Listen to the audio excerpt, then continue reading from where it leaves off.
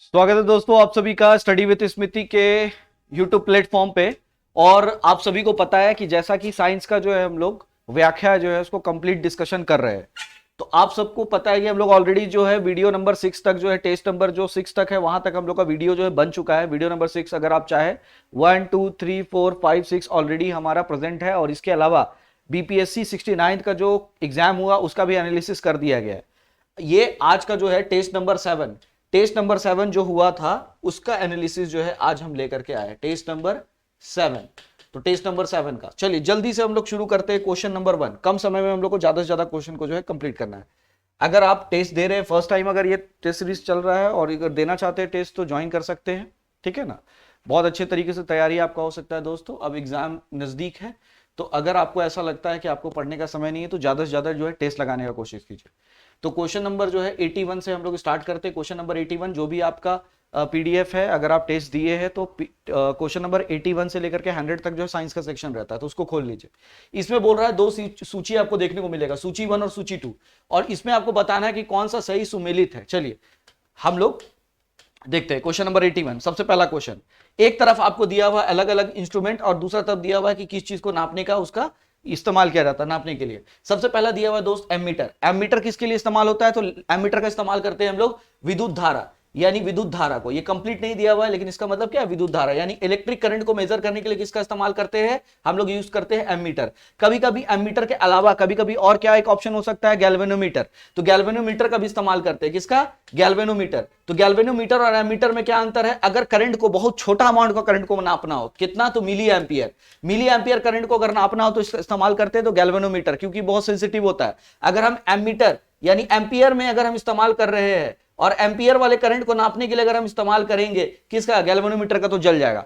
Galvanometer milli ampere में जो है नाप सकता करंट को। अगर आपको कंफ्यूजन हो रहा है तो याद रखना है 1 एम्पियर में 1000 मिली एम्पियर होता है। 1000 मिली एम्पियर। तो हमारा जो ऐसा यूनिट होता है करंट का वो क्या होता है? एम्पियर होता है। यानी विद्युत धारा का जो ऐसा यूनिट होता है वो क्या होता है? एम्पियर होता है। करंट को हमेशा किसमें नापते हैं? एम्पियर में। तो एम्पियर में अगर करंट को नाप रहे होंगे तो किसका इस्तेमाल करेंगे? एमीटर। और अगर एमीटर के जगह में अगर हमको गैल्वेनोमीटर का इस्तेमाल करने के लिए बोल दिया जाए तब हम उसका इस्तेमाल करेंगे जब हम क्या कर रहे हो? छोटा करंट को नाप रहे हो। कैसा करंट? Milliampere. तो बेसिकली गैल्वेनोमीटर हो या एमीटर हो, अगर आपसे क्वेश्चन पूछ दिया कि ज्यादा सेंसिटिव कौन होता है, ज्यादा अच्छे तरीके से करंट को, बहुत छोटा छोटा करंट को भी नापने में कौन सक्षम है? तुरंत बोलना है गैल्वेनोमीटर। और बड़ा करंट को नापने में कौन सक्षम है? तुरंत बोलना है एमीटर। गैल्वेनोमीटर और एमीटर दोनों किसका नापने के लिए इस्तेमाल किया जाता है? विद्युत धारा को। अगर ज्यादा करंट होगा तो एमीटर, अगर कम करंट होगा तो गैल्वेनोमीटर। इस चीज को याद रखना। अगला है हाइग्रोमीटर। बहुत बार कंफ्यूजन होगा हाइग्रोमीटर और एक बार आता है आपका हाइड्रोमीटर। एक आता है हाइग्रोमीटर, हाइग्रो, और एक होता है हाइड्रो। दोनों में आपको बहुत बार कंफ्यूजन होगा, इसको क्लियर कर दे रहे। डी फॉर होता है डेंसिटी। कभी भी अगर आपको घनत्व यानी रिलेटिव डेंसिटी, सापेक्षित घनत्व को नापना हो तब किसका इस्तेमाल करते हैं? हाइड्रोमीटर। और जब भी आपको सापेक्षित आर्द्रता यानी रिलेटिव ह्यूमिडिटी, उमस को नापना हो तब किसका इस्तेमाल करते हैं? तब इस्तेमाल करते हैं हम लोग हाइग्रोमीटर का। तो आपसे क्या पूछा है यहाँ पे? हाइग्रोमीटर। इसी की जगह में अगर आपसे पूछ लेता हाइड्रोमीटर, तो हाइड्रोमीटर का इस्तेमाल कहां करते हैं? हाइड्रोमीटर का वहां इस्तेमाल करते हैं जहां पे हमको रिलेटिव डेंसिटी यानी सापेक्षित घनत्व को नापना होता। चलिए अगला है स्प्रिंग तुला। स्प्रिंग तुला यानी बैलेंस स्प्रिंग का इस्तेमाल किसके लिए करते हैं? भार को नापने के लिए। किसका? वेट को नापने के लिए, ठीक है। अगला बोला रहा बैरोमीटर। बैरोमीटर का इस्तेमाल किसके लिए करते हैं? दाब को नापने के लिए। तो सही आंसर क्या हो जाता है? ए का 3, उसके बाद बी का ए का एमीटर का 3, हाइग्रोमीटर का 4 यानी बी का 4 एंड सी का 2 एंड डी का 1। ऑप्शन नंबर कौन सा सही हो गया? ऑप्शन नंबर मेरा ए सही हो गया। ऑप्शन नंबर बी सही हो गया। ए का 3, हाँ ऑप्शन नंबर बी मेरा सही हो गया, ये गलत है। ऑप्शन नंबर बी मेरा क्या है? करेक्ट है। अब यहां पे देखना दूसरा क्वेश्चन जो है बोल रहा है जल की अधिकतम घनत्व कब होती है, यानी मैक्सिमम डेंसिटी वाटर का कब होता है। अगर आपसे पहला क्वेश्चन पूछ दिया कि वाटर जो होता है वो उसका फॉर्मूला क्या होता है, तो H2O। दूसरा क्वेश्चन यहां पे पूछ सकता है जो वाटर होता है उसका पीएच, वाटर का पीएच कितना होता है, तो वाटर का पीएच याद रखना 7 होता है।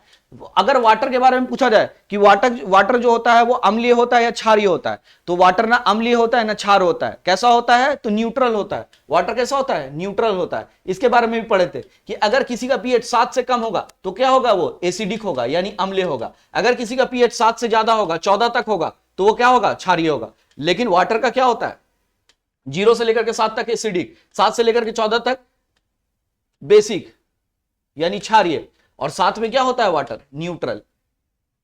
न्यूट्रल, ठीक है। यहां पे आपसे पूछ रहा है कि वाटर का और प्रॉपर्टी के बारे में जानना है, तो वाटर का और प्रॉपर्टी के बारे में पता होना चाहिए कि अगर हम वाटर को देखेंगे तो वाटर अगर हम अलग अलग स्केल में ले लेते हैं, यहां पे ले लेते हैं 0 डिग्री सेल्सियस, यहां पे ले लेते हैं 4 डिग्री सेल्सियस, यहां पे ले लेते हैं 25 डिग्री सेल्सियस, यहां पे ले लेते हैं 100 डिग्री सेल्सियस। समझिएगा, हम लोग वाटर के बारे में क्या देखे कि जब भी हम लोग टेम्परेचर को घटाते हैं, इन जनरल जब भी हम लोग टेम्परेचर को घटाते हैं तो क्या देखने को मिलेगा, टेम्परेचर घटाने से कोई भी चीज क्या होता है, सिकुड़ता है। हम लोग पढ़े कि जब भी तापमान को घटाते हैं तो कोई भी चीज क्या होता है, सिकुड़ता है। लेकिन पानी के साथ एक अजूबा चीज होता है, क्या होता है कि जब टेम्परेचर को घटाया जाता है तो पानी सिकुड़ता है, सिकुड़ता है, सिकुड़ता है। कब तक सिकुड़ता है, 4 डिग्री सेल्सियस तक, और 4 डिग्री सेल्सियस के बाद वापस जब तापमान को घटाया जाता है तो इसका क्या होता है, इसका आयतन यानी वॉल्यूम बढ़ने लगता है, यानी सिकुड़ना बंद कर देता है। तो पानी के बारे में अगर आपसे कभी पूछ लेगा कि पानी का अधिकतम घनत्व कब होता है, तो 4 डिग्री सेल्सियस पे।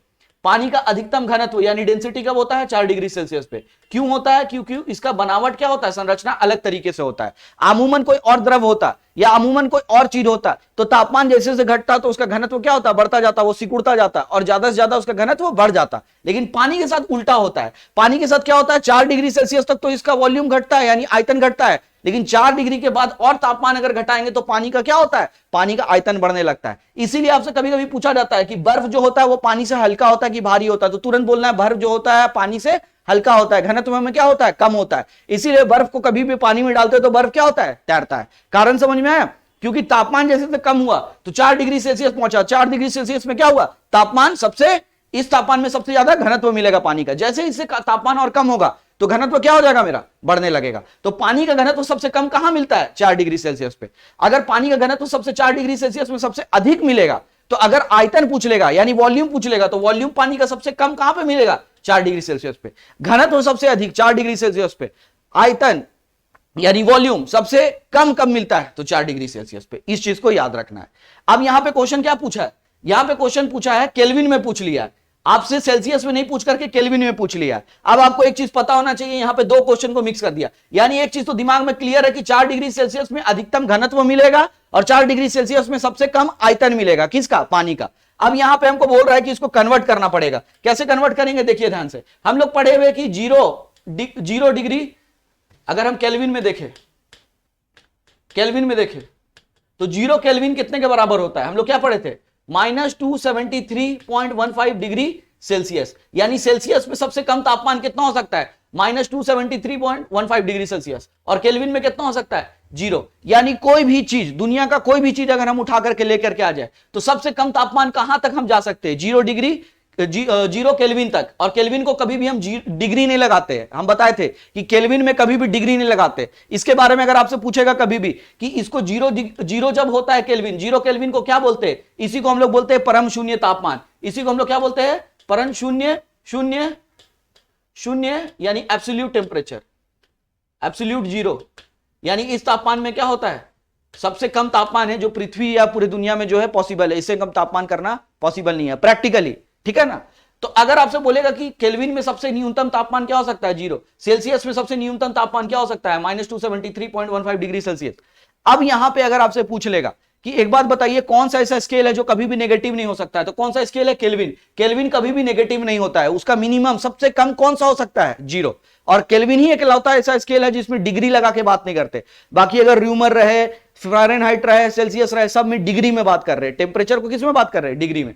अब यहां पे देखना ध्यान से, अगर हम केल्विन को देखें तो 1 केल्विन बराबर कितना होता है, -273.15 डिग्री सेल्सियस। यानी कि 0 डिग्री केल्विन कितने के बराबर है, 0 केल्विन, डिग्री नहीं बोलेंगे, सॉरी, 0 केल्विन कितने के बराबर है, -273.15 डिग्री सेल्सियस। यानी कि अगर हमको बोल दिया जाए कि 0 डिग्री सेल्सियस कितने के बराबर होगा, तो तुरंत पता होना चाहिए 273 केल्विन के बराबर होगा। कितना, उल्टा जस्ट 273 केल्विन के बराबर। तो दोनों फैक्ट हमको याद रखना। अगर कभी बोल देगा कि 0 केल्विन कितना सेल्सियस के बराबर है, तो -273.15 डिग्री सेल्सियस के बराबर है। अगर कभी बोल देगा कि 0 डिग्री सेल्सियस कितना केल्विन होता है, तो 273 केल्विन होता है। अब यहां पे बोल रहा है कितना, 4 डिग्री सेल्सियस। तो 4 डिग्री सेल्सियस कितना हो जाएगा, 273 + 4, तो कितना हो गया, 277 केल्विन, डिग्री नहीं लगाएंगे। अब हमको पता है पानी का अधिकतम घनत्व कितना में होता है, 4 डिग्री सेल्सियस में, और केल्विन में लेंगे तो कितना हो गया, 277। अब यहां पे क्या पूछा था, मैक्सिमम डेंसिटी, अधिकतम घनत्व, तो कहां पे मिलेगा, 277 केल्विन। सही आंसर क्या हो गया, ऑप्शन नंबर बी। चलिए अगला क्वेश्चन देखते हैं, क्वेश्चन नंबर 83। इसमें क्या बोल रहा है, इसमें बोल रहा है कि कभी भी हाथ जलता है तो हम क्या देखते हैं कि भाप से, जैसे माड़ पसा रहे या चावल पसा रहे, तो उस समय क्या होता है कि भाप जब हाथ में लगता है, या चाय ढालते समय, या दूध गर्म किए, गर्म दूध को ढालते समय, तो हाथ लगता है कि बहुत ज्यादा जल गया है, और बहुत ज्यादा जलन होता है, हद से ज्यादा, इतना ज्यादा जलन होता है कि पानी भी अगर उस गर्म खौलता पानी में भी हाथ डाल देंगे तो उतना ज्यादा जलता नहीं है। लेकिन ऐसा क्यों होता है, तो हम सबको पता होना चाहिए कि स्टीम में जो होता है वो लेटेंट हीट होता है, यानी गुप्त ऊष्मा होती है।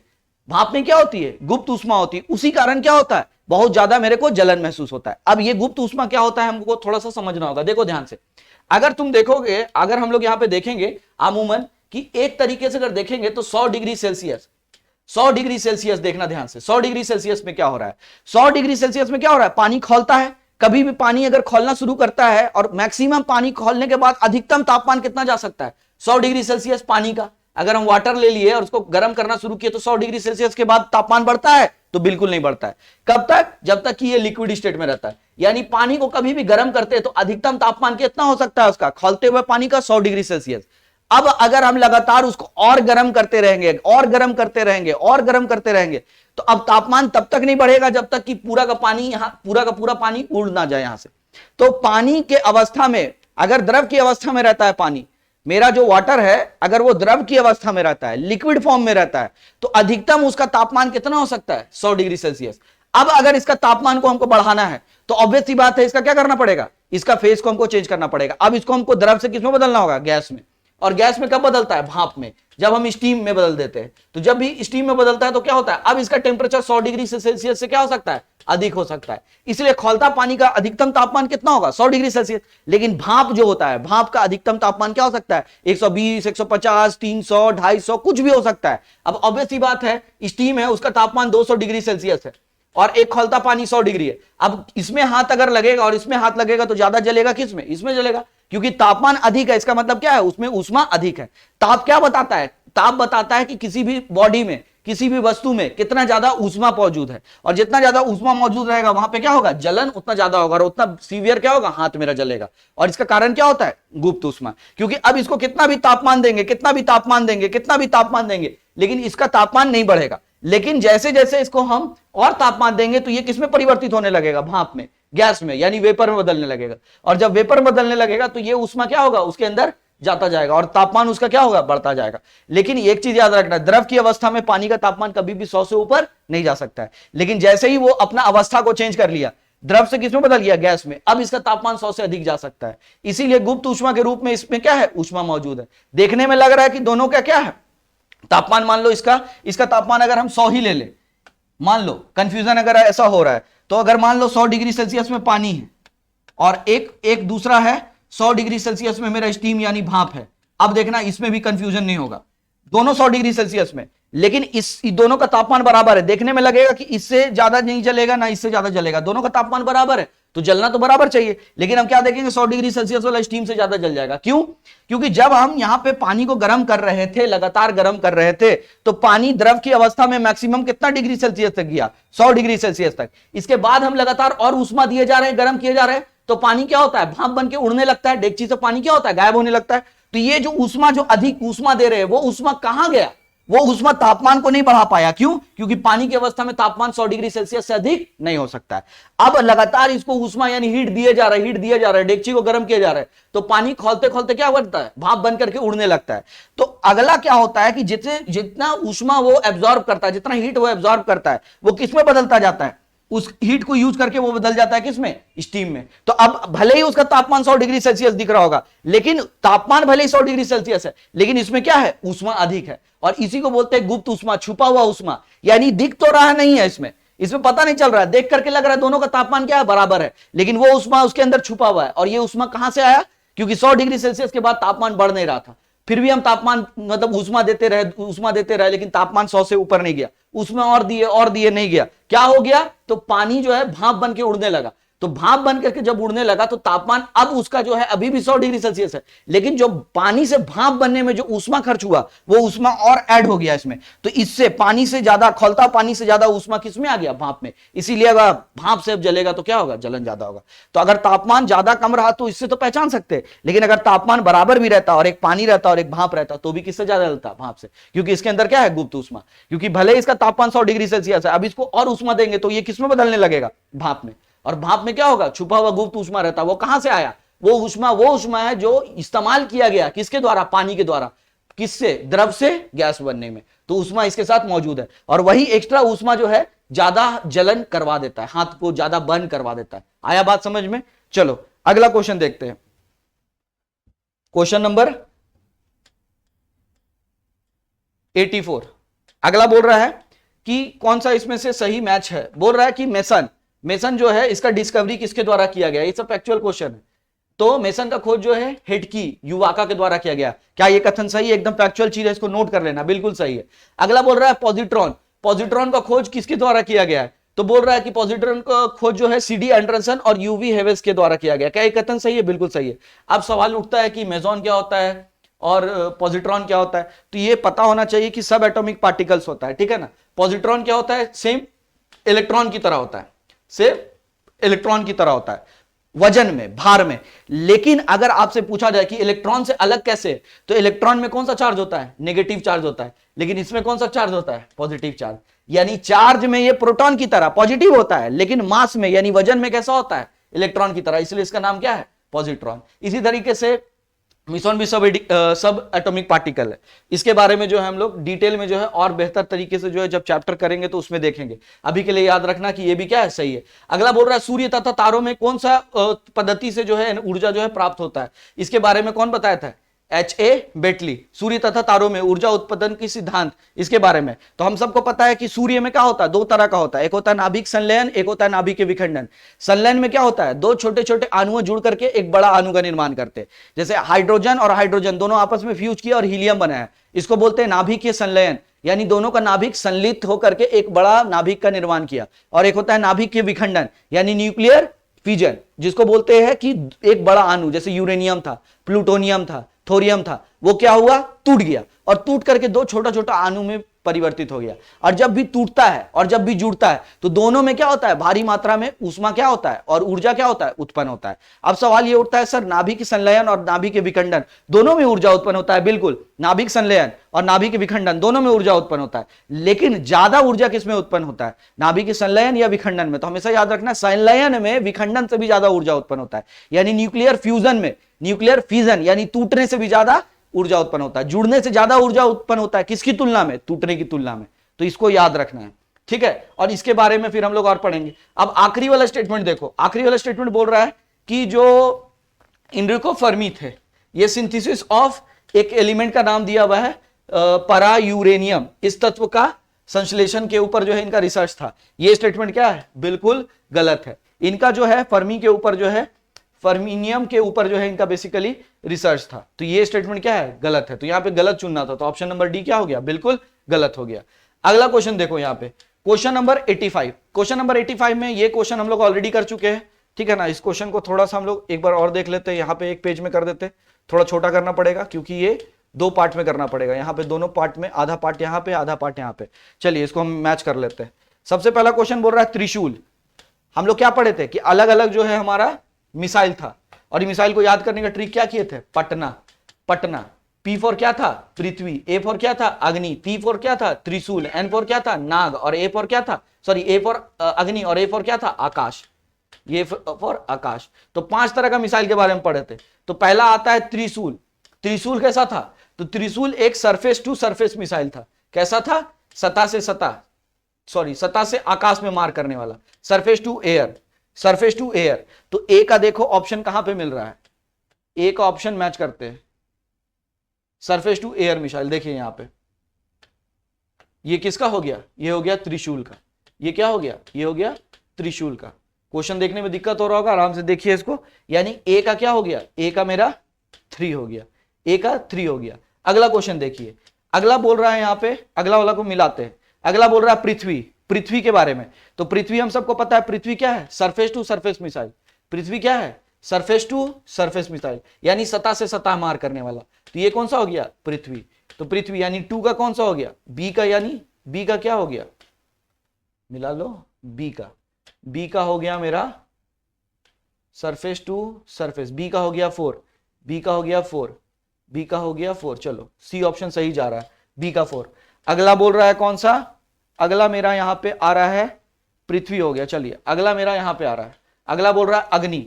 तो अग्नि के बारे में अगर देखना है तो अग्नि के बारे में देखना है, अग्नि का फायर नहीं होता है, इंग्लिश में भी अग्नि का अग्नि होता है। तो अग्नि के बारे में पता होना चाहिए, अग्नि भी कैसा है, एक सरफेस टू सरफेस मिसाइल है। इसके अलावा और क्या खासियत है, तो अग्नि का बारे में अगर पता होना चाहिए तो अग्नि कैसा है, एक आईसीबीएम मिसाइल है, फर्स्ट इंटरकॉन्टिनेंटल बैलिस्टिक मिसाइल है। लेकिन ये केवल और केवल कौन सा, अग्नि 5। अग्नि 5 जो है एक महाद्वीप से दूसरे महाद्वीप में मार करने में सक्षम है। लेकिन अगर हम देखेंगे अग्नि 1 से लेकर के अग्नि 4 तक, तो ये मध्यम दूरी की मिसाइलें थी, ठीक है ना, मध्यम दूरी की मिसाइलें थे। लेकिन अग्नि 5 जो था वो पहला एक महाद्वीप से दूसरे महाद्वीप में मार करने वाला सक्षम मिसाइल था, और इसी को बोलते हैं आईसीबीएम, यानी इंटर कॉन्टिनेंटल बैलिस्टिक मिसाइल, अंतर महाद्वीप बैलिस्टिक मिसाइल, इसी को बोलते हैं। तो इसका सही आंसर क्या हो जाता, लघु पारस सतह से वायु प्रक्षेपण वाला, यानी कि सी का चलो यहां पे देख लेते हैं। सी का हो गया मध्यम प्रस्पेक्ट, यानी मीडियम रेंज मिसाइल था, यानी कि सी का क्या हो जाता है, सी का हो जाता है 2। और लास्ट वाला हम लोग मिला लेते हैं, लास्ट वाला क्या है, लास्ट वाला है मेरा नाग। नाग मिसाइल के बारे में पता है, नाग क्या है, एक एंटी टैंक मिसाइल है, एक एंटी टैंक मिसाइल है, यानी टैंक को उड़ाने के लिए किसका इस्तेमाल करते हैं, नाग मिसाइल का। किसका, नाग मिसाइल का। तो टैंक मिसाइल कौन सा है, नाग। तो सही आंसर क्या हो गया, चलो सही आंसर हो गया option number C. Option number C क्या है इसका, बिल्कुल सही उत्तर है। चलो 86 अब हम लोग देखते हैं। इसमें बोल रहा है कि कौन सा इसमें टर्मिनल है जिसको हम लोग जो है टर्मिनल को जो है, जो सर्च टॉर्च, जो नॉर्मल टॉर्च हम लोग घर में इस्तेमाल करते हैं उसमें प्रयोग किया जाता है। तो पता होना चाहिए वो टर्मिनल क्या रहता है, जिंक और कार्बन। ये याद रख लेना है, जिंक और कार्बन। जो टॉर्च में जो टर्मिनल बना रहता है वो जिंक और कार्बन का बना रहता है, इस चीज को याद रखना है। चलो अगला क्वेश्चन हम लोग देखते हैं। 87 auto horn discovered the atomic bomb. अब इसमें बोल रहा है एटॉमिक बम का जो डिस्कवरी हुआ था वो किसके द्वारा किया गया था, ऑटो हॉर्न। और मैनहट्टन प्रोजेक्ट का नाम क्या था, ये भी क्वेश्चन आज हम लोग देखे थे। मैनहट्टन ये प्रोजेक्ट था, क्या प्रोजेक्ट था इसके अंतर्गत प्लान किया गया था कि किस तरीके से हम एटम बम को बनाएंगे। और दुनिया का जो पहला एटम बम गिराया गया था वो कब गिराया गया था, वर्ल्ड वार 2 में गिराया गया था। और जो 2 बम गिराया गया था उसका नाम क्या था, लिटिल बॉय, छोटा बच्चा हिंदी में, और फैट मैन, मोटा आदमी। ये 2 परमाणु बम था जो हिरोशिमा और नागासाकी में गिराया गया था वर्ल्ड वार 2 में।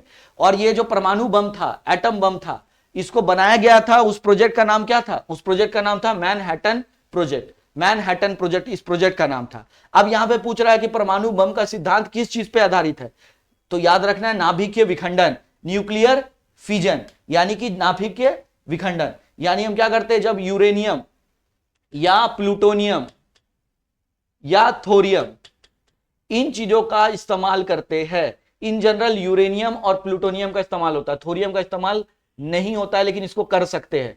तो यूरेनियम और प्लूटोनियम को क्या करते हैं, उसमें बहुत स्पीड से न्यूट्रॉन को टकराते हैं, और टकराने के बाद क्या होता है, जैसे ही टकराता है तो उसका विखंडन होता है, और जैसे ही विखंडन होता है तो बहुत भारी मात्रा में क्या होता है, ऊर्जा उत्पन्न होता है। और यही ऊर्जा के कारण क्या होता है, विनाश हो जाता है, यानी एक्सप्लोजन की वजह से क्या हो जाता है, डेथ हो जाता है। लेकिन एक चीज याद रखना है, जब भी नाभिक के विखंडन होता है तो बहुत ज्यादा मात्रा में ऊर्जा उत्पन्न होता है। कितना मात्रा में, तो हम लोग याद रखना, टीएनटी क्या था, एक विस्फोटक था, ट्राई नाइट्रोटोलुइन। अगर हम 20 टन टीएनटी लेंगे और 20 टन टीएनटी से जितना ऊर्जा उत्पन्न करेंगे, अकेले 1 ग्राम यूरेनियम से उतना ऊर्जा उत्पन्न हो सकता है, मात्र 1 ग्राम। यानी एक पेज फाड़ करके आप देखिए, उसका जितना वजन है उससे उतना उष्मा उत्पन्न कर सकते हैं, जितना, कितना, 20 टन टीएनटी। टीएनटी क्या है, एक विस्फोटक है, बहुत खतरनाक। तो इससे आप अंदाजा लगा सकते हैं कि नाभिक के विखंडन से कितना भारी मात्रा में ऊर्जा उत्पन्न हो सकता है। और जब भी नाभिक के विखंडन होता है तो नाभिक के विखंडन से अल्फा, बीटा और गामा रे क्या होता है, उत्पन्न होता है। और ये तीनों रे के बारे में हम लोग पढ़े थे, ये तीनों रे क्या होता है, बहुत घातक होता है। जो अल्फा रे होता है वो कैसा होता है, पॉजिटिव होता है। जो बीटा रे होता है वो कैसा होता है, नेगेटिव होता है, और जो गामा रे होता है कैसा होता है, न्यूट्रल होता है, उसमें कोई भी चार्ज नहीं होता है। और इन सब में, तीनों में से सबसे घातक कौन सा होता है, सबसे घातक होता है गामा किरणें। सबसे घातक कौन सा होता है, गामा रेज, गामा किरणें। तो ये कब उत्पन्न होता है, जब भी नाभिकीय विखंडन होता है, यानी कि जब यूरेनियम का जो अणु होता है, जो परमाणु होता है, यूरेनियम का जो परमाणु होता है वो जैसे ही टूटता है, उस टूट करके दो छोटा छोटा हिस्सा में बढ़ता है, तो एक बहुत भारी मात्रा में क्या होता है, ऊर्जा उत्पन्न होता है। और इसी को बोलते हैं नाभिकीय विखंडन, यानी न्यूक्लियस टूट गया। न्यूक्लियस के अंदर क्या मिलता है, न्यूक्लियस के अंदर मेरा प्रोटॉन प्लस न्यूट्रॉन होता है। जैसे ही ये ब्रेक होगा तो क्या होगा, ऊर्जा उत्पन्न होगा, और प्रोटॉन और न्यूट्रॉन क्या होगा, दो छोटा छोटा हिस्सा में अणुओं में बदल जाएगा। तो इसके वजह से क्या होता है, बहुत भारी मात्रा में ऊर्जा उत्पन्न होता है। और कभी कभी जो न्यूक्लियस के अंदर जो प्रोटॉन और न्यूट्रॉन रहता है, इसके लिए एक स्पेशल नाम लिया जाता है, इसको बोलते हैं न्यूक्लियॉन्स। तो न्यूक्लियॉन से कंफ्यूजन नहीं होना चाहिए। न्यूक्लियस के अंदर में जो प्रोटॉन और न्यूट्रॉन पाया जाता है उसको कभी कभी न्यूक्लियॉन भी बोला जाता है। क्या बोला जाता है, न्यूक्लियॉन। तो जैसे ही न्यूक्लियॉन टूटा, यानी न्यूक्लियस टूटा, तो प्रोटॉन और न्यूट्रॉन बाहर निकलता है, और जब बाहर निकलता है तो एक दूसरे अणुओं का निर्माण करता है, छोटे छोटे अणुओं का। और कुछ अणु जो उससे निकलने के बाद, कुछ प्रोटॉन और न्यूट्रॉन जो अणु से निकलते हैं, तो कुछ न्यूट्रॉन और प्रोटॉन जो होते हैं वो किसमें बदल जाते हैं, ऊर्जा में। और इसी के बारे में जो है हम लोग को पढ़ना है आगे चल करके। अभी के लिए याद रखना ये किस पे बेस्ड था, नाभिकीय विखंडन। चलिए अगला क्वेश्चन हम लोग देखते हैं, क्वेश्चन नंबर 88। इसमें बोल रहा है कि क्रोमेटोग्राफी का इस तकनीक का इस्तेमाल करके हम क्या करते हैं। पहला स्टेटमेंट बोल रहा है in identifying coloured substance, colour substance को पहचानने के लिए इसका इस्तेमाल नहीं करते। अगला बोल रहा है in determining the composition of substance, यानी पदार्थों की संरचना को निर्धारित करने के लिए, ये भी क्या है, गलत है। अगला बोल रहा है रंगीन पदार्थों के प्रभाजी आसवन के लिए, in the convergence of distillation of colour substance, distillation के लिए भी नहीं, बेसिकली इसमें अलग अलग रंग अगर मिल गया आपस में तो अलग अलग रंगों को क्या करने के लिए, सेपरेट करने के लिए। तो सही आंसर क्या हो जाएगा, एक मिश्रण से पदार्थों को अलग करने में। अगर मान लीजिए मेरा ब्लू रंग और लाल रंग दोनों इंक आपस में मिल गया है और हम चाहते हैं कि दोनों को अलग करें, तब किसका इस्तेमाल करना पड़ेगा, तब हमको क्रोमेटोग्राफी टेक्निक का इस्तेमाल करना पड़ेगा। तो अलग अलग रंगों को अलग करने के लिए, यानी दो चीज आपस में अगर मिक्स हो गया, मिश्रित हो गया, तो मिश्रित पदार्थों को अलग करने का काम कौन करता है, यही क्रोमेटोग्राफी टेक्निक करता है। तो सही आंसर क्या हो जाता है, ऑप्शन नंबर डी। चलिए अगला क्वेश्चन देखते हैं हम लोग, क्वेश्चन नंबर 89। क्वेश्चन नंबर 89 में क्या बोल रहा है कि एक तरफ आपको सूची मिलेगा और दूसरा तरफ एक दूसरा सूची मिलेगा, और आपको इसका मिलान करना है कि कौन सा इसमें सही है। इधर आ गया, ठीक है ना, कौन सा इसमें से सही है। चलिए पहला देखिए, इसमें बोल रहा है हीरा। तो हीरा क्या होता है, डायमंड क्या होता है, डायमंड किससे बना होता है, कार्बन से। डायमंड किससे बना होता है, कार्बन से। इसको हम लोग देखते हैं, हीरा किससे बना होता है, कार्बन से। अब बनता कैसे है, तो कार्बन को जब हम बहुत ज्यादा दाब देते हैं, उच्च दाब देते हैं और उच्च ताप देते हैं, यानी टेम्परेचर देते हैं, तो कार्बन किसमें बदल जाता है, ग्रेफाइट में। किसमें बदल जाता है, ग्रेफाइट में। और जब ग्रेफाइट को भी उच्च दाब देते हैं, बहुत ज्यादा टेम्परेचर देते हैं और बहुत ज्यादा टेम्परेचर देते हैं, उच्च दाब और उच्च ताप देते हैं, तो ग्रेफाइट किसमें बदल जाता है, डायमंड में। तो यानी ओवरऑल अगर देखा जाए तो डायमंड बना किससे होता है, तो डायमंड बना होता है किससे, कार्बन से। तो वही पूछ रहा है कि डायमंड में ऐसा कौन सा तत्व पाया जाता है, तो केवल और केवल कार्बन। क्या कार्बन के अलावा कुछ और भी मिलता है, नहीं, केवल और केवल क्या मिलता है, कार्बन, एकदम प्योरेस्ट फॉर्म ऑफ कार्बन। और हीरा को देखने के लिए, हीरा को नापने के लिए, हीरा को क्वालिटी देखने के लिए क्या इस्तेमाल करते हैं, कैरेट। गोल्ड को भी कैरेट में देखते हैं और हीरा को भी क्या देखते हैं, कैरेट में देखते हैं। इसका कैरेट अलग टाइप का होता है, उसका कैरेट अलग टाइप का होता है, ठीक है। तो गोल्ड के लिए हम लोग 24 कैरेट का इस्तेमाल करते हैं जो 100% प्योर होता है। 22 कैरेट मतलब क्या है, दो हिस्सा कुछ और मिला हुआ है, जैसे सिल्वर मिला हुआ है या कॉपर मिला हुआ है। तो अमूमन हम लोग 100% प्योर गोल्ड का इस्तेमाल नहीं करते जेवर बनाने के लिए। क्यों, क्योंकि गोल्ड क्या होता है, बहुत सॉफ्ट होता है। उसी तरीके से हीरा को नापने के लिए क्या देखते हैं, कैरेट, ठीक है ना, कितना कैरेट का हीरा है, ठीक है, इस चीज को याद रखना। अगला बोल रहा है मार्बल। मार्बल में क्या पाया जाता है, तो याद रखना मार्बल में कैल्शियम पाया जाता है। कौन सा तत्व पाया जाता है, कैल्शियम। अगला बोल रहा है बालू। बालू में कौन सी चीज मिलता है, सिलिकॉन ऑक्साइड होता है। तो सिलिकॉन, बालू में क्या मिलता है, सिलिकॉन। बालू में क्या मिलता है, सिलिकॉन। तो सही आंसर क्या हो जाता है, सी का। अब लास्ट वाला देखो, मणिकरण, मनी किए, ये प्रिंटिंग मिस्टेक था, यहां पे लिखना था इसको मनी, मनी यानी कि रूबी, रूबी, जैसे रूबी ब्लू रंग का पत्थर होता है, लाल रंग का पत्थर होता है, तो जो रूबी होता है, जैसे व्हाइट रूबी होता है, व्हाइट मनी होता है, ब्लू मनी होता है, यानी नारंगी रंग का, ऑरेंज टाइप का मनी, अलग अलग तरह का जो मनी होता है। उसमें पूछा जा रहा है कि मनी क्या चीज से बना होता है, तो कितना बार बताया है मनी क्या चीज से बना होता है, एल्युमिनियम ऑक्साइड। तो मेन तत्व क्या रहता है, एल्युमिनियम। तो सही आंसर क्या हो जाता है, मनी का, डी का 3। तो इसको मिला लेना था। तो चलिए देख लेते हैं ऑप्शन कौन सा सही हुआ, डी का 3। तो डी का 3 यहाँ पे दो में मिल रहा है, डी का 3। चलिए एक बार क्वेश्चन को जल्दी से हम लोग मिला लेते हैं, कौन सा ऑप्शन इसका सही था। इसमें क्या मिल रहा है, डी का 3।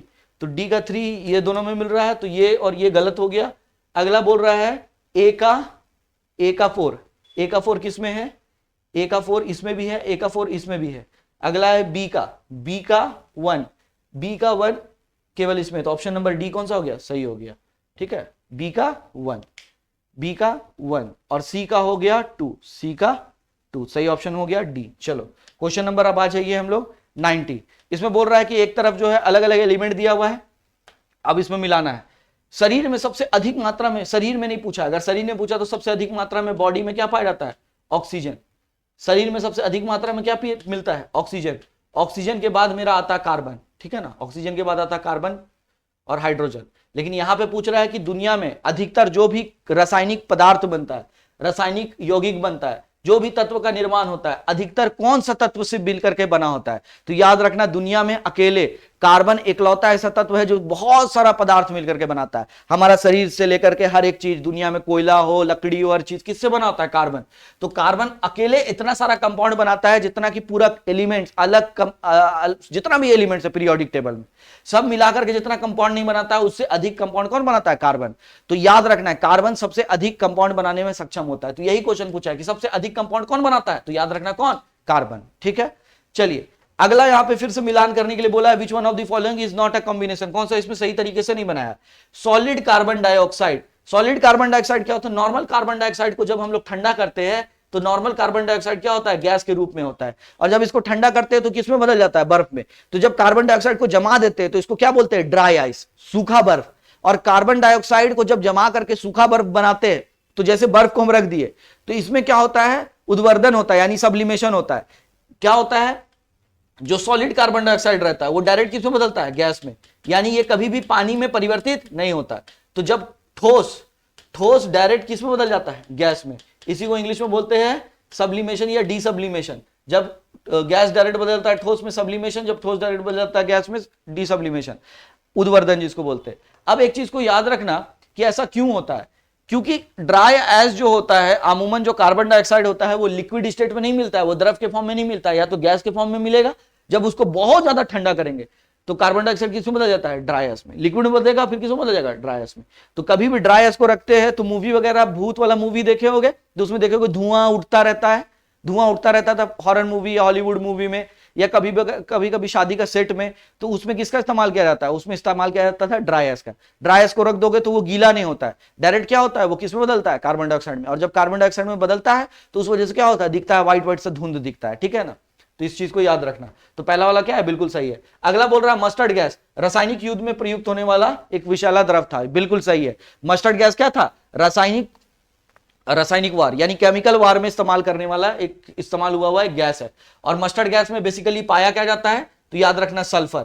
और इसको जब बॉडी में पड़ता था तो क्या होता था, पूरा चमड़ी और गोश्त गल जाता था और हड्डी के अंदर तक छेद हो जाता था, इतना डेंजरस था। तो वर्ल्ड वार में इसका इस्तेमाल किया गया था ताकि दुश्मन को क्या किया जा सके, मारा जा सके।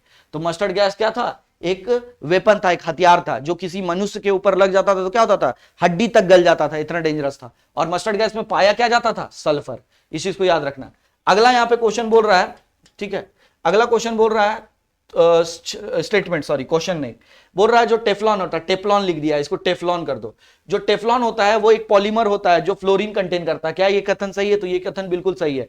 आप देखें नॉन स्टिकी पैन, जिसमें बोला जाता है बिना तेल लगाए भी अगर आप अंडा या रोटी कुछ भी पकाते हैं, कोई भी तरह का सब्जी पकाते हैं, तो वो चिपकता नहीं है, नॉन स्टिकी पैन। तो जो चिपकता नहीं है, ऐसा क्यों होता है, क्या उसमें रहता है ऐसा, तो उसमें एक कोटिंग किया रहता है। और उस कोटिंग क्या चीज का रहता है, वो कोटिंग रहता है टेफ्लॉन का। वो किसका कोटिंग रहता है, टेफ्लॉन का। और ये टेफ्लॉन का जो कोटिंग रहता है, इसमें बहुत इंपॉर्टेंट तत्व पाया जाता है, इसमें एक तत्व पाया जाता है, उसका नाम क्या है, फ्लोरीन। तो ये स्टेटमेंट क्या है, बिल्कुल सही है। अगला वाला देखिए, बोल रहा फ्लोरेंस ऑर्गेनिक कंपाउंड है जो फ्लोरीन कंटेंट करता है, ये क्या है, बिल्कुल गलत है। कार्बन का बहुत अलग अलग सा रूप होता है। कार्बन का जो सबसे पहला रूप होता है वो कोयला के रूप में मिलता है। कार्बन का सबसे प्योरेस्ट रूप जो होता है, रूप जो देख लेते हैं, सबसे पहला कोयला होता है। कोयला कितना प्रकार का हो सकता है, पहला तो हो सकता है मेरा एंथ्रासाइट, पहला हो सकता है एंथ्रासाइट, दूसरा हो सकता है मेरा बिटुमिनस, तीसरा हो सकता है मेरा लिग्नाइट, तीसरा हो सकता है मेरा, चौथा हो सकता है मेरा पिट, ठीक है। और इसी में एक और स्पेशल टाइप का कोयला होता है जिसको हम लोग बोलते हैं कोक। ये हो गया पहला टाइप का हम लोग को कोयला का देखने वाला चीज, कार्बन का कंपाउंड। यानी कार्बन का पहला कंपाउंड ये हो गया। दूसरा कंपाउंड हमको देखने को मिलता है वो होता है हमारा ग्रेफाइट, वो होता है हमारा ग्रेफाइट। तीसरा हमको देखने को मिलता है वो होता है मेरा डायमंड, और तीसरा होता है मेरा फ्लोरेंस, फ्लोरेंस, और इसको हम लोग बोलते हैं C60, बकमिनिस्टर भी बोलते हैं C60। तो ये सारा का सारा क्या होता है कार्बन। इसमें बोलेगा सबसे प्योरेस्ट फॉर्म कौन सा है, सबसे शुद्ध कार्बन का रूप कौन सा है ग्रेफाइट, सबसे शुद्ध कार्बन का रूप कौन सा है डायमंड, सबसे शुद्ध कार्बन का रूप कौन सा है फ्लोरेंस। तीनों का तीनों क्या होता है, कार्बन का शुद्ध रूप होता है। लेकिन कार्बन अगर कोयला में देखेंगे तो कोयला में एंथ्रासाइड जो होता है सबसे बेस्ट क्वालिटी का कोयला होता है, उसके बाद बिटुमिनस, उसके बाद लिग्नाइट, उसके बाद पीट। अगर पूछ देगा एंथ्रासाइड में कितना परसेंट कार्बन रहता है तो 85% कार्बन रहता है, बाकी क्या रहता है, दूसरा तत्व रहता है राख, इसलिए कोयला को जलाने पर राख निकलता है। भारत में जो कोयला मिलता है वो कौन सा टाइप का कोयला मिलता है, तो याद रखना भारत में बिटुमिनस मिलता है, और इसका परसेंटेज कितना रहता है, तो 60 से 70% तक ले सकते हैं, 55 से 60% भी ले सकते हैं, इसी रेंज में रखना है। अगर बोल देगा लिग्नाइट में कितना रहता है तो इसको रख सकते हैं हम 35% से 40% तक। अगर पीट में बोल देगा कितना प्रतिशत कार्बन रहता है तो 15% से लेकर के 25% तक बोल सकते हैं कि इसमें कार्बन कंटेंट रहता है, बाकी क्या होता है, राख रहता है। भारत में सबसे ज्यादा कौन सा मिलता है, तो भारत में बिटुमिनस सबसे ज्यादा मिलता है देखने को। और स्टील इंडस्ट्री में स्टील बनाने के लिए, स्टील बनाने के किस टाइप का कोयला का इस्तेमाल करते हैं, तो किसका इस्तेमाल करते हैं, कोक का। कोक, क्या झारखंड में कोक मिलता है, तो बिल्कुल झारखंड में कोक मिलता है। इसके अलावा झारखंड के अलावा और कहां पे कोक मिलता है, तो आंध्र प्रदेश वाले एरिया में, केरला वाले एरिया में, कुछ कुछ बेल्ट में जो है कोक देखने को मिलता है। भारत में सबसे अधिक मात्रा में कौन टाइप का कोयला मिलता है, तो बिटुमिनस। सबसे बेस्ट क्वालिटी का जो कोयला होता है एंथ्रासाइट, ये सबसे ज्यादा किस देश में पाया जाता है, तो याद रखना ऑस्ट्रेलिया। किस में पाया जाता है, ऑस्ट्रेलिया। और ऑस्ट्रेलिया से ही भारत क्या करता है, एंथ्रासाइट कोल को इंपोर्ट भी करता है, क्योंकि इसका इस्तेमाल हम लोग करते हैं स्टील इंडस्ट्री में, ठीक है। और भारत में जो बिटुमिनस कोयला मिलता है इसका खासियत क्या होता है कि जब भी इसको जलाते हैं तो राख बहुत ज्यादा मात्रा में बनता है, राख बहुत ज्यादा मात्रा में मिलता है। तो भारत में जो अधिकतम मिलता है बिटुमिनस, क्या भारत में एंथ्रासाइट नहीं मिलता है, मिलता है लेकिन बहुत कम, 1-2% मिलता है। अधिकतम कोयला भारत में कौन सा टाइप का है, बिटुमिनस। और सबसे ज्यादा मात्रा में एंथ्रासाइट पूरी दुनिया में किस कंट्री में मिलता है, ऑस्ट्रेलिया, इसको याद रखना है। तो ग्रेफाइट हो गया, डायमंड हो गया और फ्लोरेंस हो गया। फ्लोरेंस क्या हो गया, C60। तो सही आंसर क्या हो गया, ऑप्शन नंबर गलत चुनना था, तो ऑप्शन नंबर डी क्या हो गया, गलत हो गया। क्यों गलत हो गया, क्योंकि ये फ्लोरीन का नहीं होता है, ये कार्बन का ही 60 कार्बन जब एक साथ जुड़ता है तो C60 बनाता है, उसका एक रूप है, फुटबॉल की तरह दिखता है। ये भी क्वेश्चन पूछ सकता है कि इसका शेप कैसा होता है, फुटबॉल की तरह होता है। कैसा होता है, फुटबॉल की तरह होता है। कार्बन का किस रूप का जो है शेप जो होता है फुटबॉल की तरह होता है, ग्रेफाइट का होता है, डायमंड का होता है या फ्लोरेंस का, तो इसको बोलना है फुटबॉल की तरह रूप किसका होता है, मिलता जुलता, फ्लोरेंस का होता है, और इसी को बकमिनिस्टर भी बोलते हैं।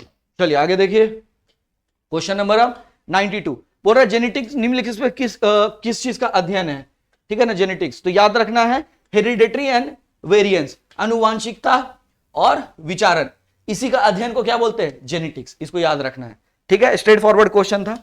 चलिए अगला क्वेश्चन देखिए 93, जीव वैज्ञानिकों को जगत को एक तरफ अरेंज किया हुआ है, चलो यही वाला क्वेश्चन था। अब यहां पे बोल रहा है कि कौन सा इसमें से सबसे ज्यादा पाया जाता है। बोल रहा है कि जैसे अगर देखोगे टोटल 5 किंगडम होता है, ठीक है ना।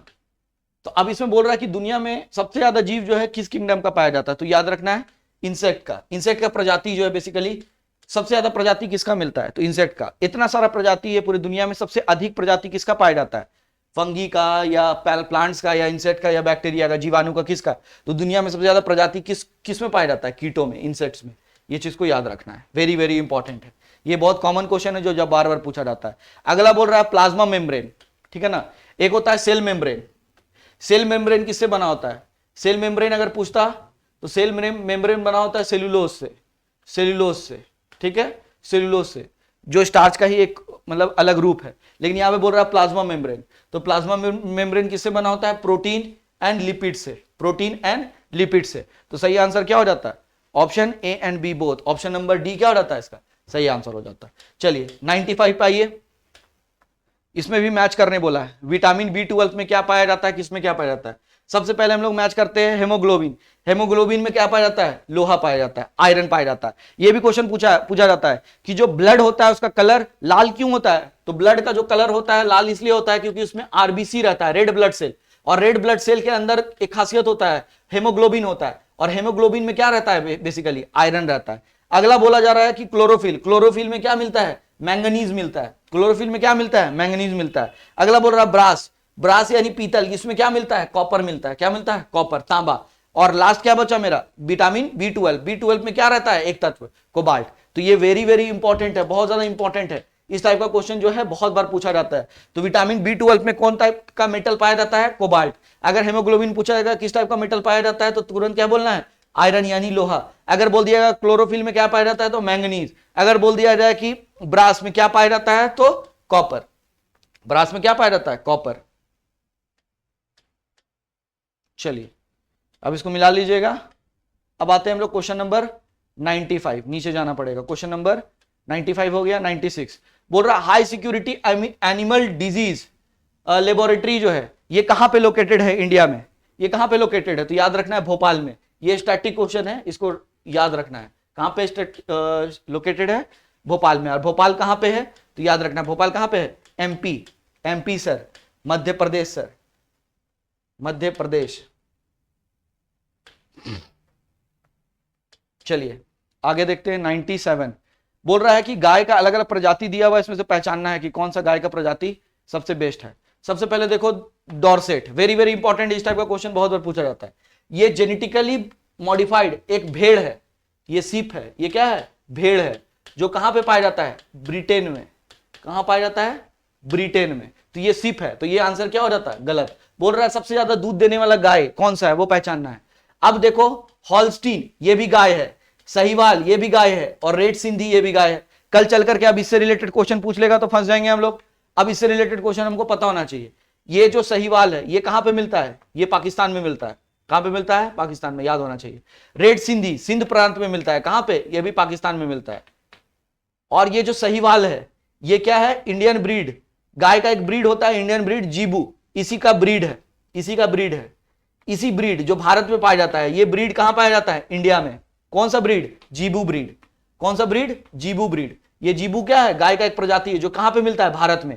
इसी जीबू का ब्रीड है कौन? सहीवाल ब्रीड। और ये सहीवाल ब्रीड कहां पे मिलता है? पाकिस्तान में। रेड सिंधी कहां पे मिलता है? ये भी पाकिस्तान में। अब बचा हॉस्टीन। तो हॉस्टीन क्या है? हॉस्टीन तुम्हारा फॉरेन का, डच जो कंट्री है वहां का बेसिकली ये गाय है। और ये भी क्या है? बहुत ज्यादा मतलब प्रोडक्शन देने वाला, दूध का बहुत ज्यादा उत्पादन देने वाला क्षमता वाला ये गाय। तो इसको पहले नोट कर लो। अब हम लोग देखते हैं कि सबसे वाला किसका सबसे ज्यादा क्षमता है। तो ये तो गाय है ही नहीं, ठीक है ना, ये भेड़ है। ये भेड़ है, ऊन के लिए इसका इस्तेमाल होता है। अगला है हॉस्टीन। ये गाय जो होता है 22 से लेकर के 40 लीटर तक दूध देने में सक्षम है। सहीवाल ये तुम्हारा 18 लीटर तक दूध दे सकता है। रेड सिंधी हमको 12 लीटर तक दूध दे सकता है। और जो जीबू होता है, जो इंडियन ब्रीड है जीबू, ये गाय हमको 1 से 2 लीटर दूध देता है। ये दूध देने में बहुत कम सक्षम है। तो सबसे ज्यादा भारी मात्रा में दूध देने में कौन सा सक्षम है? Option number B. यही क्वेश्चन आपसे पूछा था। तो ये इसका नाम क्या है? हॉल्स्टीन। और ये कहां का गाय है? तो ये डच से लाया गया है। कहां से? डच कंट्री से। इसका ब्रीड करा करके मतलब डच कंट्री का ये ब्रीड है। सहीवाल कहां है? पाकिस्तान का। रेड सिंधी कहां है? पाकिस्तान का। और सहीवाल जो है ये किससे बनाया हुआ है? तो जीबू भारत का एक गाय था, उसका ब्रीड था, उसी का इस्तेमाल करके सहीवाल का बनाया गया है। तो जीबू जो है ये प्योर ब्रीड है और इसलिए इसका दूध का जो क्षमता होता है बहुत कम होता है। 1 से 2 लीटर जो है अमूमन देता है, बहुत ज्यादा होगा तो 3-4 लीटर। चलिए अगला क्वेश्चन देखिए 98। इसमें बोल रहा है, एक वर्ड यूज कर रहा है, क्रॉप लॉगिंग, ठीक है ना, फसल लगाने का विधि है क्रॉप लॉगिंग मेथड। इसमें क्या करते हैं हम लोग? तो इसमें क्या करते हैं? Plant analysis to know the nutrient requirement for crop production. यही इसका आंसर है। कारण क्या है? देखो क्रॉप लॉगिंग हम लोग बहुत बार इसको पढ़ चुके हैं बायो वाला पोर्शन में। इसमें क्या करते हैं अमूमन कि हम लोग जब पेड़ लगाने वाले रहते हैं या प्लांट लगाने वाले रहते हैं तो सबसे पहले हम लोग देखते हैं कि सबसे पहले ये प्लांट को रिक्वायरमेंट क्या है, इस प्लांट को बढ़ने के लिए चाहिए क्या। तो तत्वों की आवश्यकता जानने के लिए फसलोदार के लिए पोषण पौधा विश्लेषण करते हैं। Plant analysis to know the nutrient requirement for crop production. सबसे पहले प्लांट को जांचते हैं कि प्लांट को किस तरीके का न्यूट्रिएंट चाहिए, फिर उस हिसाब से मिट्टी को हम क्या करते हैं? चुनते हैं। तो इसी को बोलते हैं crop logging method. Option number क्या हो गया? बी इसका सही आंसर हो गया। चलिए अगला क्वेश्चन देखिए 99। बोल रहे हैं बीमारी जिसमें उच्च मात्रा में रक्त और यूरिक एसिड बढ़ जाता है। तो हमको पता है यूरिक एसिड कब बढ़ता है? यूरिक एसिड बढ़ जाता है अर्थराइटिस यानी गठिया हो जाता है, गाउट हो जाने से क्या होता है? यूरिक एसिड बढ़ जाता है। और अमूमन यूरिक एसिड जो है पेशाब के रास्ते से शरीर से निकलता रहता है, लेकिन कभी कभी क्या होता है कि बहुत ज्यादा मात्रा में जब यूरिक एसिड हो जाता है तो हड्डियों में, जॉइंट्स में क्या होने लगता है? पेन होने लगता है। और यूरिक एसिड का बढ़ने का कारण क्या होता है? वॉइड्स। और ये बीमारी जब किसी को हो जाता है तो डॉक्टर क्या बोलता है? प्रोटीन की मात्रा को क्या कर दीजिए आप? घटा दीजिए, क्योंकि प्रोटीन की मात्रा क्या करता है? एसिड कंटेंट बॉडी में बढ़ाता है। तो गॉइड्स हो जाता है, इसको याद रखना। आ जाओ 100 नंबर। जमी हुई झील के अंदर मछली जीवित कैसे रह सकती है? याद करो, हम लोग क्या पढ़े थे कि कभी भी क्या होता है कि जब झील होता है, कोई भी झील होता है, जैसे कि हम लोग एक झील ले लेते हैं एग्जाम्पल के तौर पे, यहां पे मान लो ये झील है, ठीक है। जैसे बहुत तापमान घट गया, ऊपर से बहुत तापमान घट गया, मान लो -4 डिग्री सेल्सियस हो गया, तो अब ऊपर वाला जो सतह है वो क्या हो जाएगा? बर्फ में बदल जाएगा। अब ऊपर वाला सतह बर्फ में बदल गया तो अब क्या होगा? देखना ध्यान से, बर्फ जो होता है ऊष्मा का सुचालक नहीं होता है, कुचालक होता है, यानी ऊष्मा को अपने से आर पार होने नहीं देता है। तो अब क्या होगा? जैसे तापमान घटा तो ऊपर का तापमान घटा जैसे ही, तो क्या हो गया? बर्फ क्या हो गया? जम गया। और जैसे ही बर्फ जम गया तो अंदर का जो हीट था, अंदर जो ऊष्मा था, वो बर्फ उसको बाहर जाने नहीं दे रहा है, बर्फ उसको बाहर जाने नहीं दे रहा है, क्योंकि बर्फ क्या होता है? कुचालक होता है, ठीक है, ऊष्मा का कुचालक होता है। अब मान लीजिए बाहर -4 डिग्री सेल्सियस हुआ, बाहर इतना मोटा परत जम गया है बर्फ का, लेकिन अंदर का तापमान क्या है? अंदर का तापमान कम रहता है, 8 डिग्री है या 10 डिग्री सेल्सियस है, ठीक है ना, 8 डिग्री सेल्सियस है या 10 डिग्री सेल्सियस है। ऐसा क्यों हो पाता है? क्योंकि अंदर जो हीट है वो निकल नहीं पाता है, अंदर जो ऊष्मा है वो निकल नहीं पाता है। क्यों? क्योंकि जैसे ही बर्फ जम गया तो अब ये बर्फ क्या होता है? कुचालक की तरह काम करता है और ऊष्मा को अपने आप से बाहर जाने नहीं देता है। और जितना ज्यादा मोटा बर्फ होगा उतना ही ज्यादा ये अच्छा कुचालक की तरह व्यवहार करेगा। आया बात समझ में? तो अंदर की तापमान उतना ज्यादा घटता नहीं, अंदर का तापमान 8 डिग्री, 6 डिग्री, 4 डिग्री, 5 डिग्री। और जब 4 डिग्री, 5 डिग्री, 6 डिग्री रहेगा तो बर्फ जमेगा? नहीं जमेगा। और बर्फ अगर जमेगा नहीं तो मछली क्या रह सकता है? जिंदा रह सकता है। लेकिन अगर यही बर्फ जम जाता तो मछली जिंदा रह सकता था? नहीं। तो इसका सही आंसर क्या होता है? ऑप्शन पढ़िए, फिश आर वार्म ब्लडेड। बिल्कुल गलत है, कोल्ड ब्लडेड होता है। वार्म ब्लडेड मतलब क्या होता है? अपने बॉडी का टेम्परेचर को क्या कर सकता है? मेंटेन कर सकता है। ह्यूमंस क्या है? वार्म ब्लडेड है। जैसे कि अगर टेम्परेचर थोड़ा सा भी कम होता है तो हमको क्या आ जाता है? बुखार लग जाता है। थोड़ा सा अधिक हो जाता है तो क्या लगता है? ठंडा, मतलब कम हो गया तो ठंडा लगने लगता है, बुखार आ जाता है। अगर थोड़ा सा अधिक हो गया तो क्या होता है? तुरंत हमको क्या फील होने लगता है? जैसे अधिक हो जाता है तो तुरंत हमको क्या फील होता है? जैसे अधिक होता है तो हमको क्या लगने लगता है? गर्मी, पसीना आने लगता है। लेकिन मछली हो गया, क्रोकोडाइल हो गया, पानी में रहने वाला जो जीव होता है अमूमन क्या होता है? वो कोल्ड ब्लडेड होता है। जैसे तापमान कम होगा तो वो भी अमूमन इन जनरल तो उसका भी तापमान क्या हो जाता है? घट जाता है। फिर वापस तापमान जब बढ़ता है तो उसका तापमान वापस क्या हो जाता है? सही हो जाता है। तो यहां पे अगर आपसे पूछा जाएगा विश आर वार्म ब्लडेड तो स्टेटमेंट गलत है, कोल्ड ब्लडेड होता है। अगला बोल रहा है कि fish live in cold sleep in the snow. बोल रहा है ये स्टेटमेंट कि मछलियां जो है बर्फ में शीत निंद्रा में रहती है, यानी बर्फ जब जम जाता है तो मछली उसके अंदर जो है सो जाती है हमेशा के लिए, और जब बर्फ पिघलता है तो फिर जीवित हो जाती है। गलत है। ये केवल और केवल किसके साथ होता है? मेंढक के साथ होता है। ये किसके साथ होता है? पोलर बियर के साथ होता है, ठीक है। ये मछलियों के साथ नहीं होता है। मछलियां क्या हो जाएगी? मर जाएगी। अगला बोल रहा है कि तलों के निकट पानी नहीं जमता है। यही सही आंसर है। तलों के निकट क्या होता है? पानी नहीं जमता है। क्यों? क्योंकि जब बर्फ जम जाता है तो बर्फ क्या होता है? कुचालक की तरह व्यवहार करता है और ऊष्मा को अपने अंदर से बाहर जाने नहीं देता है। और पानी के अंदर का तापमान क्या रहता है? ज्यादा रहता है। बर्फ जमा नहीं तो क्या हो गया? मछली उसमें जीवित रह गई। अगला बोल रहा है option number D, ice is a good conductor of heat, यानी सुचालक होता है। अभी तो बताया कि बर्फ क्या होता है? कुचालक होता है, सुचालक नहीं है। तो ये भी आंसर गलत हो गया। ऑप्शन नंबर सी क्या हो गया? सही हो गया। और आज का हम लोग लास्ट क्वेश्चन पे पहुंच गए। Question number